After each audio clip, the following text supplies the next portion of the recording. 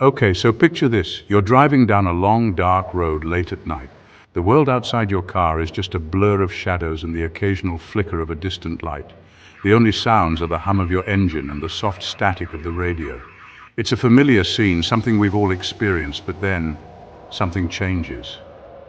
A strange fog rolls in, thicker than it should be, and the silence suddenly feels heavy, like it's pressing in on you from all sides. The familiar road ahead begins to twist into something you don't recognize, and you get this primal, gut-wrenching feeling that you are no longer alone out there in the dark. It's a feeling that tells you the veil between our world and something else is getting dangerously thin. There are places in this world where reality thins, where the familiar road turns strange and the shadows whisper old truths. These are the liminal spaces, the in-between places where the rules we think we know just don't seem to apply anymore. They can be an abandoned building, a quiet forest at dusk, or even a stretch of lonely highway in the dead of night. And it's in these exact places that people report some of the most bizarre, terrifying, and unexplainable encounters of their lives. Encounters that leave them questioning everything they thought they knew about the world, and sometimes leave them with scars they carry forever. We're going to be exploring two such stories today. Tonight we journey into that liminal space with two terrifying accounts that are guaranteed to make your skin crawl. First, we'll ride along with a trucker named Ali, whose routine midnight haul through the German countryside turned into a desperate flight from a nightmare that seemed to crawl right out of the grave. We're talking about a foggy road, figures that shouldn't be moving, and a terror so profound it nearly drove him off the road. Then we'll travel to a remote Turkish village to hear the story of a young boy who came face to face with a demonic entity, an encounter that was so violent, so real, it left a physical mark on him to this very day. These stories are intense, they are strange, and they are allegedly true. They are the kind of stories that make you want to turn on all the lights and check the locks on your doors. So before we begin, if you're a fan of the strange, dark, and mysterious delivered in story format, please hit that like button and consider subscribing. Also, turn on all notifications so you don't miss our weekly uploads. Your support really is the lifeblood of this channel, and I appreciate every single one of you. All right, you ready? Let's drive straight into the darkness.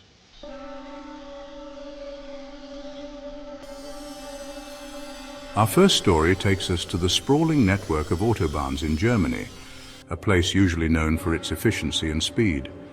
But for a long-haul truck driver named Ali, one particular night would transform these familiar roads into a landscape of pure terror.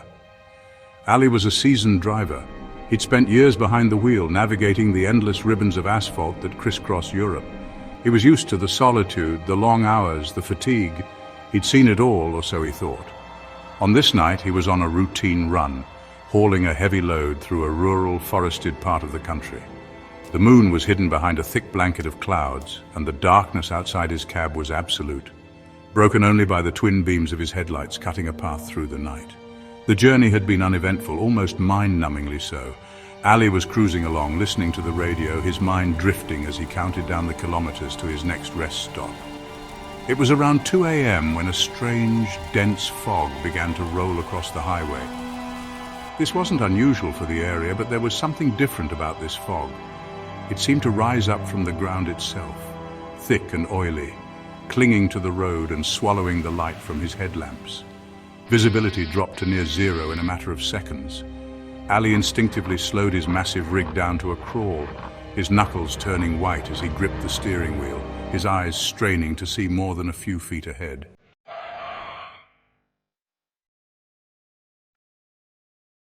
It was then that the smell hit him.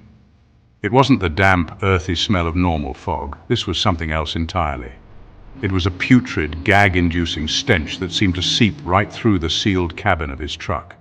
The smell was complex and horrifying, a mix of rotting meat, damp soil, and something sickly sweet like decaying flowers on a forgotten grave.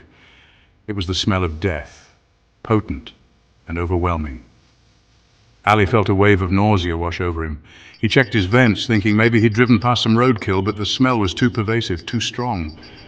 It was inside the cab with him, filling his lungs with every breath, a vile announcement that something was terribly wrong. The air grew heavy, charged with an oppressive energy that made the hairs on Ali's arms stand on end.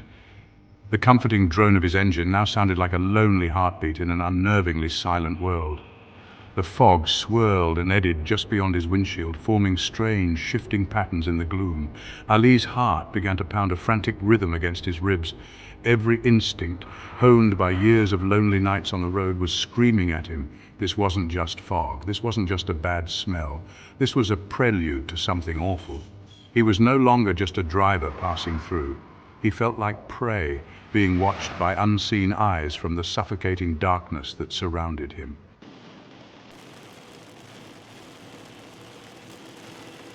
As Ali crept his truck forward, peering into the thick, foul-smelling soup, a shape began to resolve itself in the fog. At first, it was just a dark smudge against the grey, but it slowly grew larger, closer. He squinted, trying to make sense of what he was seeing. It looked like a person, standing right in the middle of his lane. Ali's heart leaped into his throat, and he slammed on the brakes, the truck's air brakes hissing in protest as the massive vehicle shuddered to a halt just feet from the figure. He laid on his horn, a deafening blast meant to startle any pedestrian foolish enough to be wandering on the autobahn at this hour. But the figure didn't react. It just stood there, motionless. Then Ali saw that it wasn't just one person. Behind the first figure, more shapes began to emerge from the swirling fog on the side of the road. One by one, they shambled into the weak glow of his headlights. There were maybe a dozen of them, men and women of all ages, all dressed in tattered, old-fashioned clothing that looked like it had been buried in the earth. Their movements were stiff, unnatural, and agonizingly slow. They were limping, dragging their feet as if every step was an immense effort. They looked like a funeral procession from a bygone era, a grim parade of the dead that had somehow wandered onto the modern highway. A cold dread, colder than any winter night, washed over Ali as he got a better look at their faces. Their skin was waxy and pale, the color of spoiled milk, stretched tight over their skulls. Their eyes were dark, hollow sockets that seemed to absorb the light, reflecting nothing back. They were utterly devoid of life or recognition. Their jaws hung slack, and their bodies were bent and twisted at unnatural angles as if they had suffered horrific injuries. They were moving, but they were not alive. Ali was a rational man, but there was no rational explanation for the scene unfolding before him. He was looking at a procession of the undead, walking corpses bathed in the light of his truck. Panic began to set in, a primal, all-consuming terror that threatened to paralyze him. His mind was screaming at him to reverse, to turn around, to get away, but his body was frozen. He was trapped in his driver's seat, a spectator to his own worst nightmare.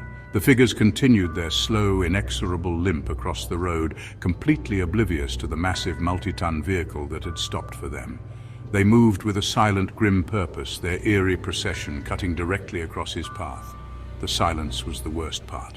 There were no moans, no groans, just the sound of his own ragged breathing and the frantic drumming of his heart. The world had gone silent, except for this parade of the dead.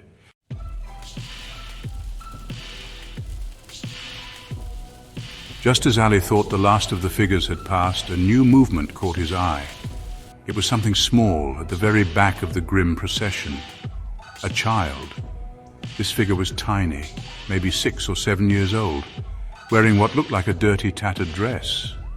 The child was also limping, struggling to keep up with the taller figures ahead.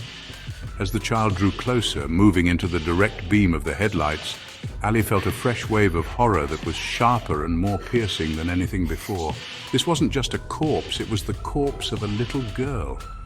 Her face was a pale, round mask of decay, but unlike the others, her eyes were not empty. They were wide and they were fixed directly on him.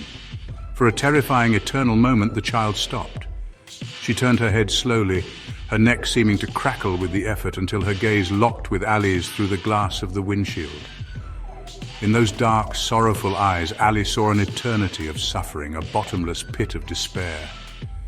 And then the child's mouth opened, stretching impossibly wide in a silent scream that tore through the very fabric of the night. No sound came out, but Ali felt it in his soul, a psychic shriek of pure agony and malice that vibrated through the cab of his truck.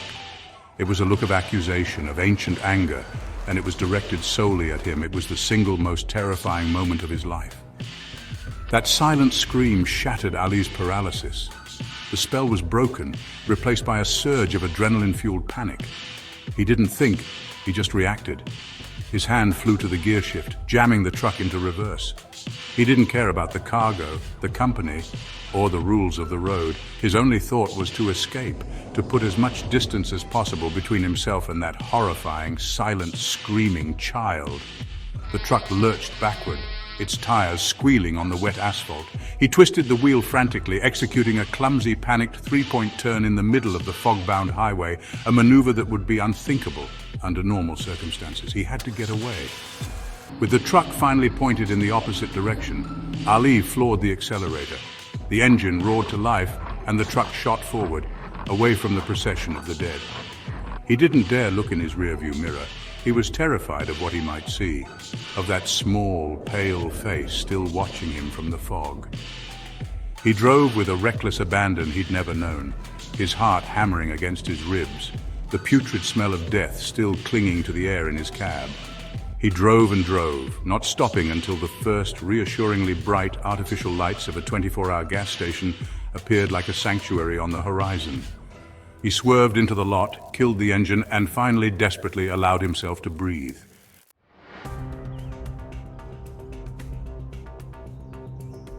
Okay, let's try to unpack what Ali experienced out there on that lonely German road, because that is easily one of the most terrifying encounters I've ever heard.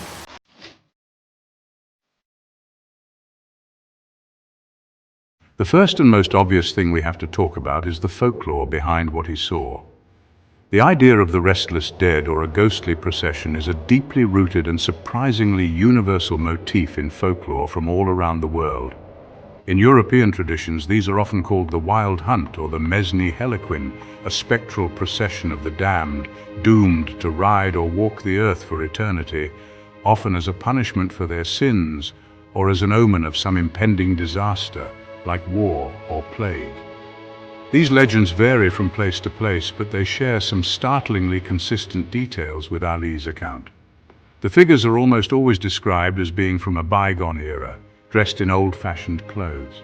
They often travel on ancient roads or paths that our modern highways have been built over, suggesting they are bound to a specific location, a place of tragedy or unfinished business.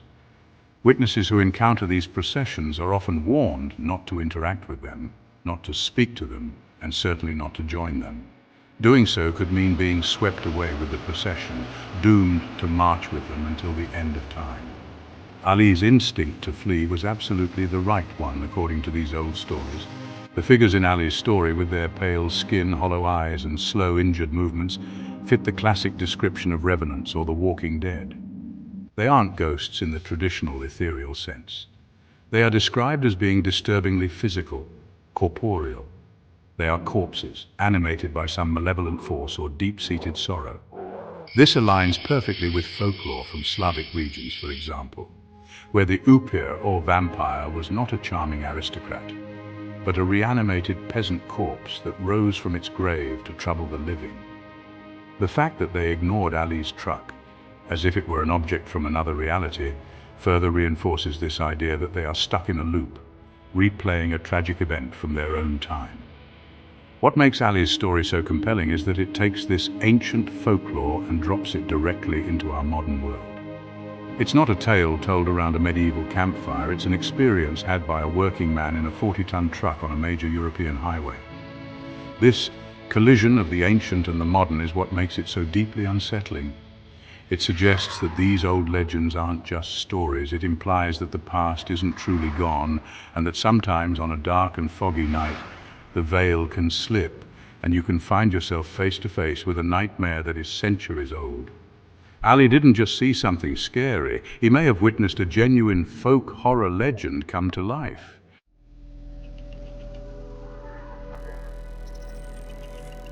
Now, let's talk about one of the most viscerally disturbing parts of Ali's story, the smell.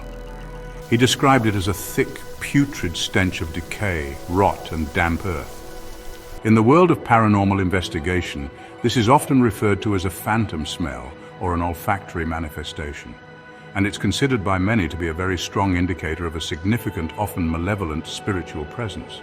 While seeing a ghost is one thing, smelling it adds a whole other layer of terrifying reality to the experience. It engages another one of our senses, making the encounter feel more grounded, more physical, and therefore more believable and threatening. Think about it. Our sense of smell is one of our most primitive and powerful senses, directly linked to the parts of our brain that process memory and emotion. A specific scent can instantly transport you back to a childhood memory or trigger a strong emotional response. In the context of the paranormal, a foul smell like the one Ali experienced is often interpreted as a sign of a negative or demonic entity. The scent of sulfur is the classic calling card of a demon, but the smell of decay is closely associated with death, disease, and desecrated ground. It's the smell of the grave, and its presence suggests that whatever Ali encountered was not a benign, wandering spirit, but something corrupted and unclean. This detail is incredibly important because it elevates the story beyond a simple visual hallucination. The smell was the first thing to signal that something was wrong. It was a physical, environmental change that Ali experienced before he even saw the figures. It seeped into his sealed cab, a tangible invasion of his safe space. This detail makes it much harder to dismiss the entire event as a trick of the light or a product of a tired mind. The overwhelming, specific, and repulsive nature of the smell serves as a kind of paranormal corroboration for the visual horror that followed. It was the herald of the procession, an aromatic announcement of death's arrival. Furthermore, the presence of such a distinct smell could be interpreted as a form of spiritual energy manifesting itself in a way that our physical senses can perceive. Some theories suggest that powerful entities need to draw energy from their surroundings to manifest, and this process can cause physical changes in the environment like cold spots, electronic voice phenomena, or in this case, a powerful odor. The energy required to animate an entire procession of corpses, even spectrally, would have to be immense. The resulting stench then could be seen as a byproduct of this massive, unnatural expenditure of dark energy, polluting the very air Ali was breathing.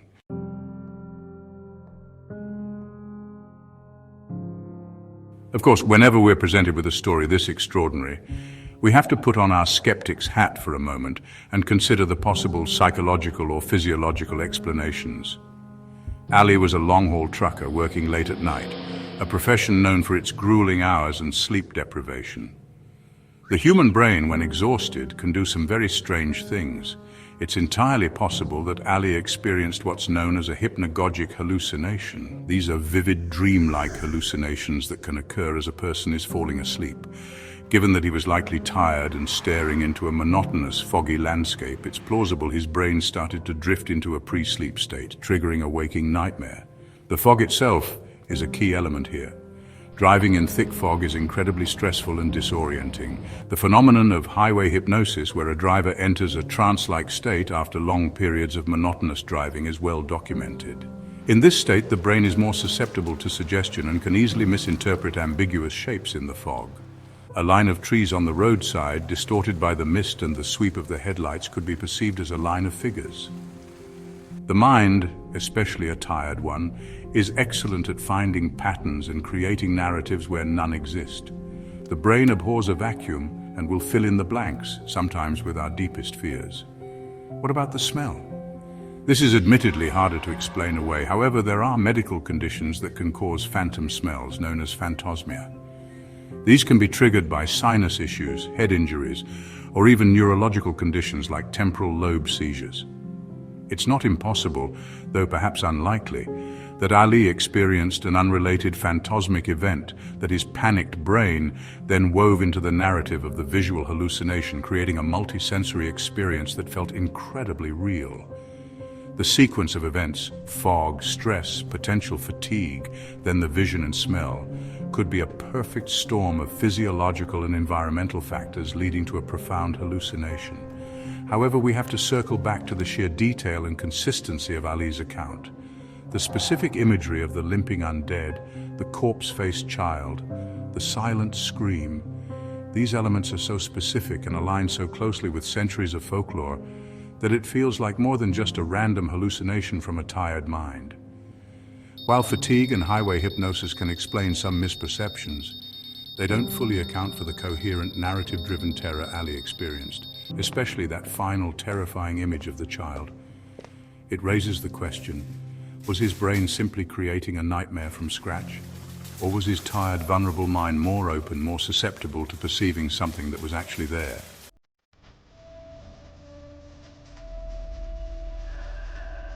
Now here's where things get really weird. Imagine driving late at night, the road stretching out in front of you, dark and empty. Suddenly, your headlights hit something. Not an animal, not a car. Something else. Something that makes your blood run cold. That's what happened to a lot of truckers in the Czech Republic. They started reporting these things, standing right there, in the middle of the road, not moving, just there. And when they got closer, these things would just vanish, like smoke, gone, leaving behind nothing but the chilling feeling that you just saw something you weren't supposed to see. What were they? Ghosts? Hallucinations from too much coffee and too little sleep? Or something far more unsettling, Gap 2S?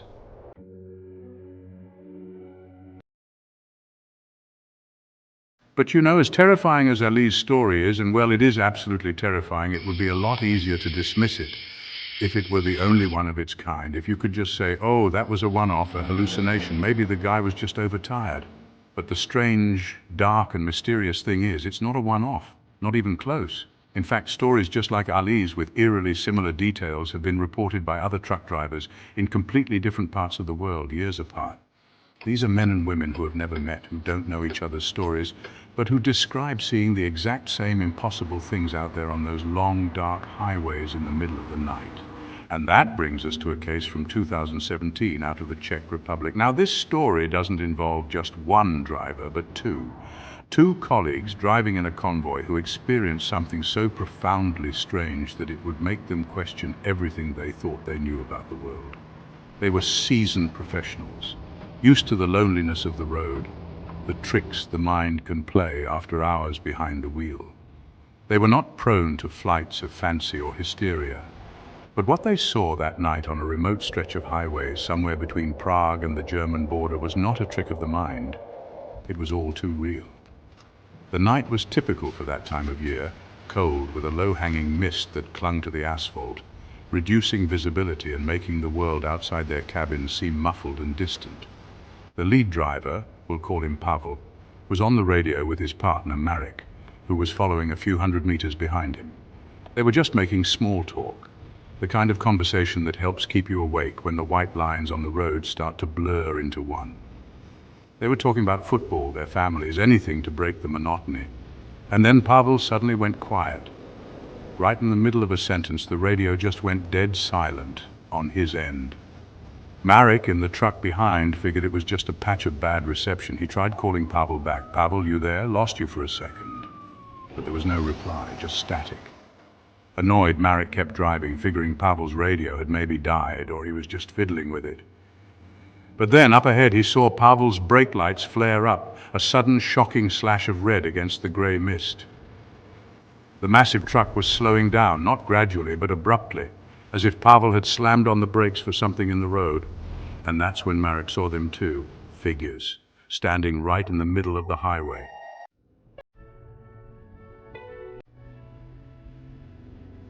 Marek's heart hammered against his ribs. His first thought was that there had been a terrible accident. Maybe a bus had overturned, and these were the dazed survivors wandering onto the road in shock. He slowed his own rig to a crawl, his eyes straining to make sense of the scene through the swirling fog. But as he got closer, a cold dread began to seep into his bones, a dread that had nothing to do with a traffic accident. The figures weren't moving like injured people. In fact, they weren't really moving at all. They were just standing there. A silent, motionless crowd, completely blocking both lanes of the highway. There must have been at least a dozen of them, maybe more. Men, women, even what looked like children, all just standing there. Their clothes were strange, old-fashioned, not something you'd see anyone wearing in 2017. And they were all unnaturally still, like statues. Pavel's truck had come to a complete stop about 50 feet from the front of the crowd. Marek pulled up behind him, his own headlights adding to the bizarre, stage-lit scene. He grabbed his radio again, his voice trembling slightly.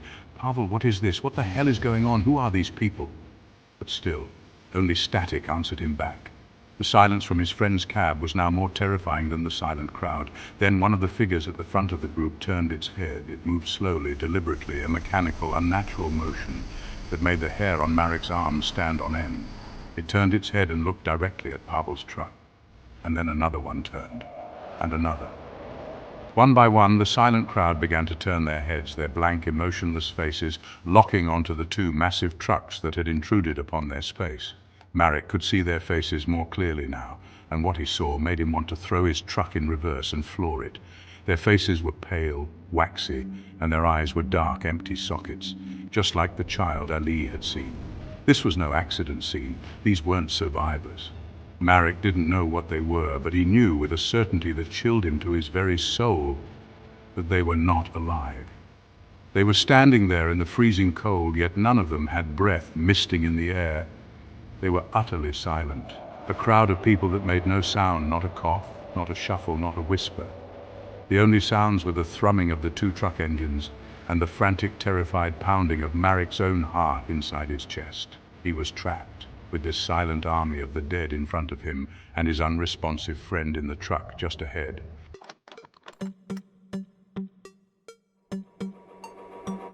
Suddenly the radio crackled to life. It was Pavel's voice, but it was strained, panicked, and barely a whisper. "Marek, back up now." Just hearing his friend's voice was a relief, but the terror in it sent a fresh wave of fear through Marek. He didn't need to be told twice. He slammed his rig into reverse, the gears grinding in protest. But then he looked up and saw something that froze him in place. The crowd, the silent, dead-eyed crowd, had started to move. They weren't walking, not in any normal sense. They were gliding, drifting over the asphalt towards Pavel's truck, their feet not seeming to touch the ground. They moved as one, a single, horrifying entity converging on the lead truck. Marek watched in abject horror as the figures swarmed the cab. They didn't try to open the doors or break the windows, they just pressed against it, their pale faces and dark eyes filling the windshield, their silent forms clustering around the doors and climbing onto the chassis. It was like watching a pack of predators silently overwhelm their prey. Marek was screaming into his radio now, Pavel, get out of there, just drive through them." But he knew it was impossible. Pavel was completely surrounded by this thing, and then, just as suddenly as it had begun, it was over. The figures didn't walk away, they didn't disperse, they just vanished. One moment, Pavel's truck was completely engulfed by this horrifying swarm of phantom people, and the next moment, they were gone. The highway was empty. The mist swirled around the two trucks, which now seemed incredibly small and vulnerable under the vast, dark sky. The road ahead was clear, as if the entire roadblock, the entire crowd of the dead, had been nothing more than a shared, waking nightmare. A hallucination brought on by the fog and the late hour. But it wasn't a nightmare. A moment later, Pavel's door was thrown open and he practically fell out of his cab, stumbling onto the tarmac. He was pale as a ghost and shaking violently. Marek jumped out of his own truck and ran to him. Pavel was pointing a trembling finger at his own windshield, his eyes wide with a terror that Marek would never forget. He said the faces were pressed right up against the glass, their dead eyes staring in at him, their silent mouths open as if to scream. And he said he could smell it. The same overwhelming, sickly, sweet smell of decay and damp earth that Ali had described. A smell that had no business being there on that clean, cold, empty stretch of highway.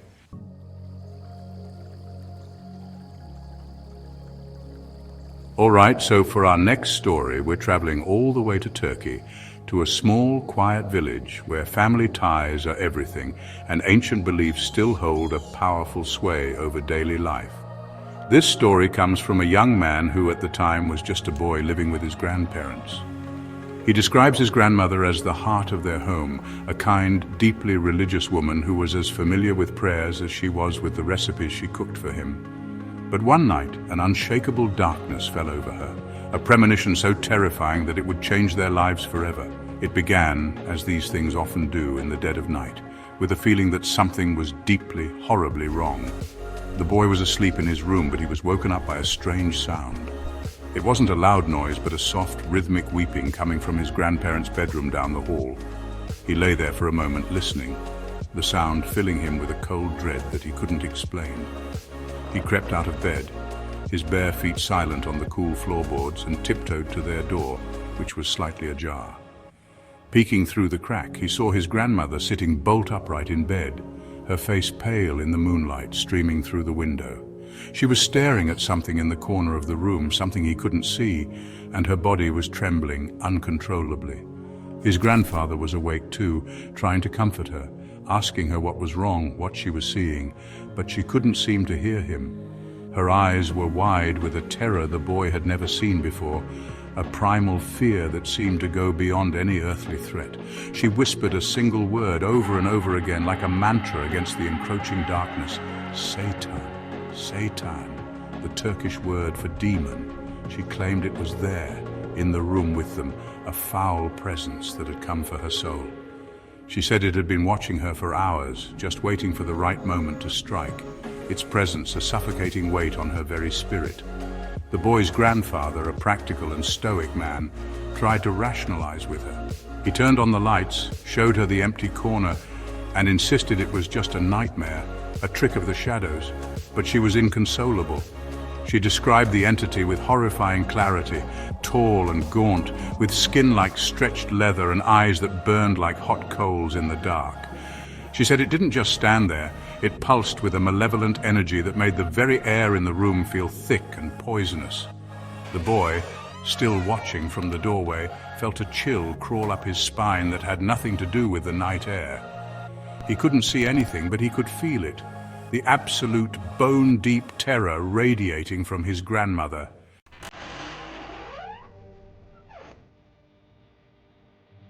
Trying to bring a sense of normalcy back to the situation, the grandfather decided to show his wife the time. He pointed to the old, ornate grandfather clock that stood in the hallway, a family heirloom that had reliably chimed the hours for decades. He told her, "Look, it's almost morning. The sun will be up soon. Whatever you saw, it was just a bad dream." The boy glanced at the clock as well. Its long, elegant hands were pointing to a few minutes before 3 in the morning. 3 a.m. Often called the witching hour or the devil's hour, a time when the veil between our world and the next is said to be at its thinnest. But as they all looked at the clock, something impossible happened. The steady rhythmic ticking that was the constant heartbeat of their home, it just stopped. The pendulum froze mid-swing, and the hands on the clock face, which a second ago had read 2:57 a.m., began to spin wildly, moving backward at an incredible speed. The boy watched in stunned silence as the hands whirled past midnight, past the evening, past the afternoon, as if time itself was being violently unwound by an unseen force. His grandfather stared, his mouth agape, all his rational explanations evaporating into the charged, silent air of the hallway. The simple mechanical object had become a focal point of something deeply unnatural. The grandmother let out a choked sob from the bedroom. "It's him," she whispered, her voice trembling with a new level of fear. "He's doing it. He controls the time. He's making it so the dawn will never come." The spinning hands on the clock seemed to confirm her words, a terrifying display of power that defied all logic and reason. It was no longer just a feeling or a vision in a dark corner. It was a physical manifestation, a direct assault on the very fabric of their reality. The grandfather, who had been a rock of certainty moments before, now looked just as scared as the boy felt, his face drained of all color. Then, as suddenly as it began, the clock stopped its frantic backward spin, but it didn't return to the correct time. Instead, the hands settled with a final, definitive click, pointing directly to midnight. The pendulum remained still. The house was plunged into a profound silence, a heavy, expectant quiet that was far more terrifying than the weeping or the ticking had been. It felt like they were trapped in a bubble of time, a frozen moment orchestrated by the malevolent entity his grandmother had seen. They were in its world now, playing by its rules, and the comforting promise of sunrise felt a million miles away, a forgotten dream from a life they used to know.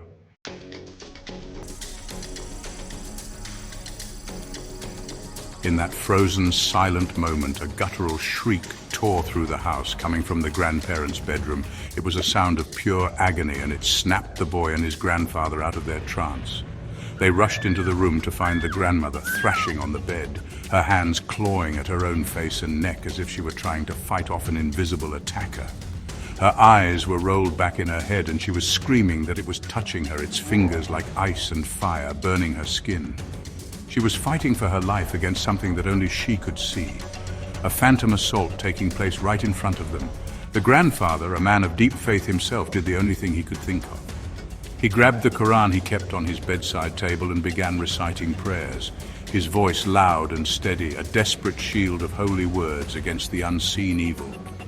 He moved to his wife's side, holding her down gently to stop her from hurting herself, his voice rising in volume and intensity with each sacred verse. The boy, paralyzed with fear by the door, could only watch as his grandfather waged a spiritual war in the middle of the bedroom. The air crackled with an unseen energy, a battle between faith and a darkness that had invaded their home. As the grandfather's prayers filled the room, the grandmother's thrashing slowly began to subside. Her screams softened into whimpers, and the frantic, wild look in her eyes was replaced by one of sheer exhaustion. Finally, she went limp, collapsing back onto the pillows, breathing in ragged gasps. The oppressive atmosphere in the room seemed to lift, as if a heavy curtain had been pulled back, allowing the normal world to seep back in. In the hallway, the grandfather clock suddenly chimed, a single clear note. The boy looked and saw that its pendulum was swinging again, and its hands pointed to just after 3 a.m. as if the preceding minutes of temporal chaos had never happened. But the ordeal was not without its proof. When the grandfather gently turned his wife's head to the side to check on her, they saw it. There, on the side of her neck, were 3 long, deep, parallel scratches. They were red and angry, already welling with blood, looking for all the world like the marks of a claw. There was no way she could have made them herself. Her fingernails were clipped short, and the angle was all wrong. These marks were a physical scar left by a supernatural encounter, a permanent reminder of the night the Satan came to visit. The boy would never forget the sight of those scratches, the undeniable evidence that what his grandmother saw was terrifyingly real.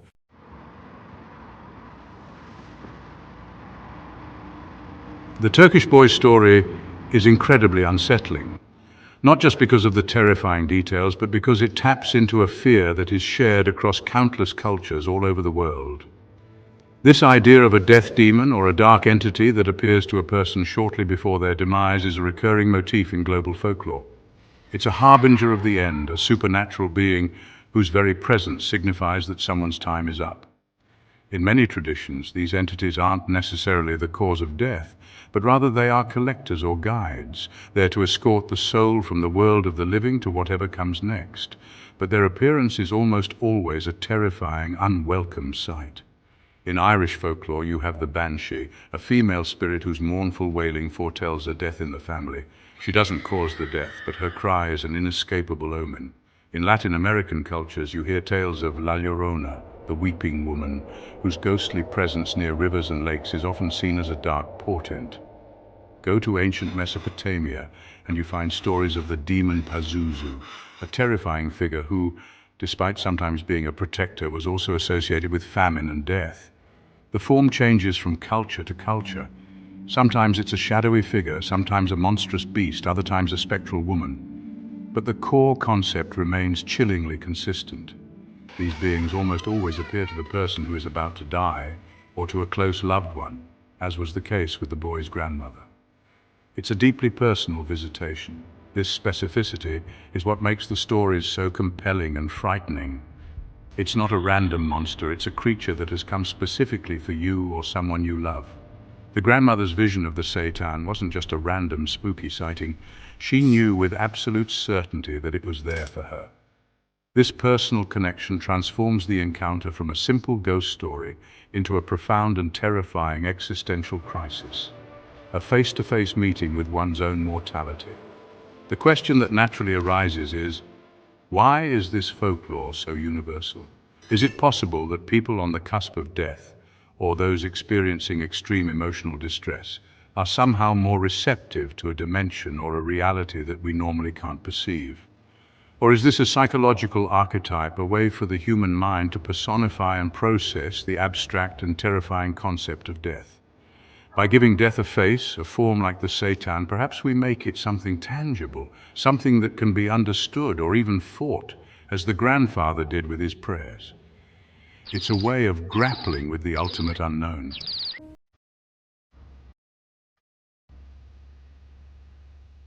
Let's talk about one of the most bizarre elements of that story, the clock. The idea of time being manipulated, stopping, running backward, is a hallmark of intensely strange encounters. This connects to the concept of liminal time.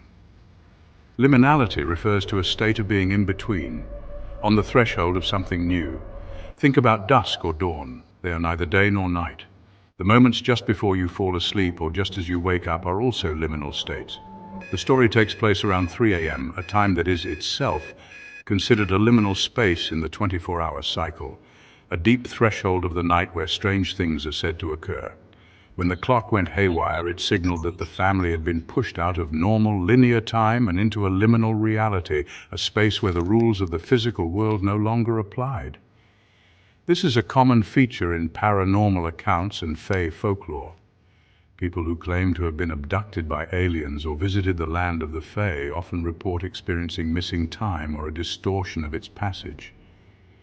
For the entity in the grandmother's room, manipulating the clock was a demonstration of its power, a way of saying, "Your reality is meaningless here, I am in control." It isolated the family in a terrifying bubble where the promise of morning could be revoked. Now, a skeptic would immediately point to a very well-documented and very real phenomenon to explain parts of this story: sleep paralysis.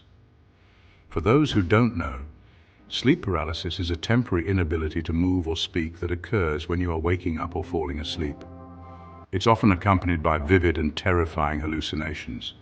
People frequently report seeing a dark figure in their room, feeling a heavy pressure on their chest, and experiencing a sense of overwhelming dread.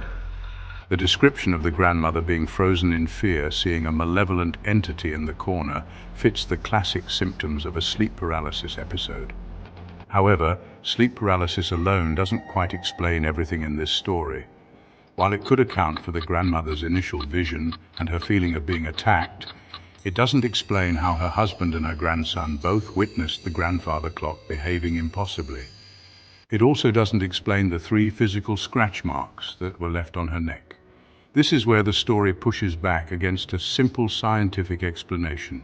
We have a shared experience between multiple witnesses and physical evidence left behind, moving the event from the realm of a purely internal psychological experience to something that appears to have manifested in the physical world.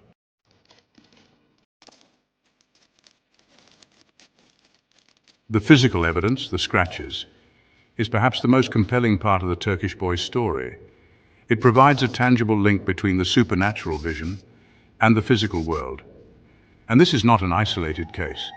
There are other accounts from around the world where people have emerged from a terrifying, seemingly paranormal experience with unexplained physical marks on their bodies. One of the most well-documented modern cases comes not from a remote village, but from the bustling, high-tech nation of Japan in the early 2000s, where a series of bizarre incidents left investigators scratching their heads. The case involved several young women living in different parts of Tokyo, who all reported a similar terrifying experience. Each woman claimed that she would wake up in the middle of the night feeling a chilling presence in her room.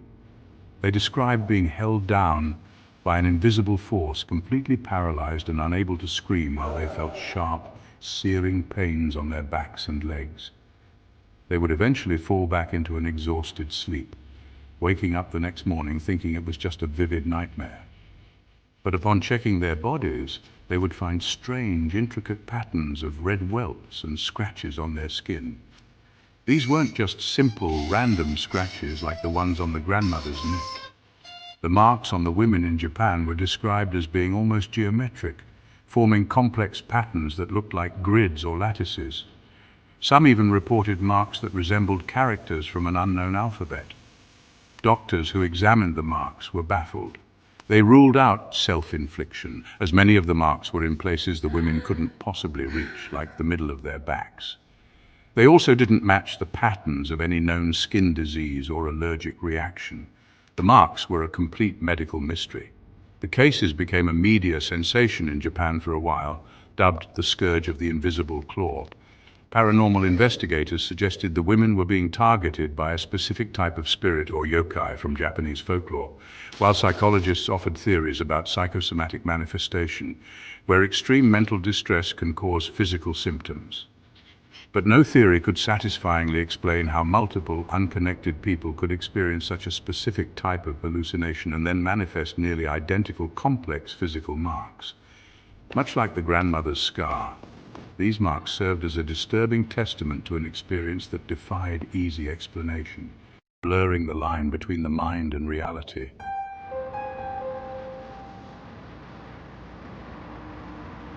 So what do we take from these chilling tales? Whether it's a terrified truck driver on a desolate Malaysian highway, or a family in Turkey battling an ancient evil in the dead of night, one truth seems to echo across both stories. The dead, the unknown, and the things we cannot explain often walk closest to us when we least expect it.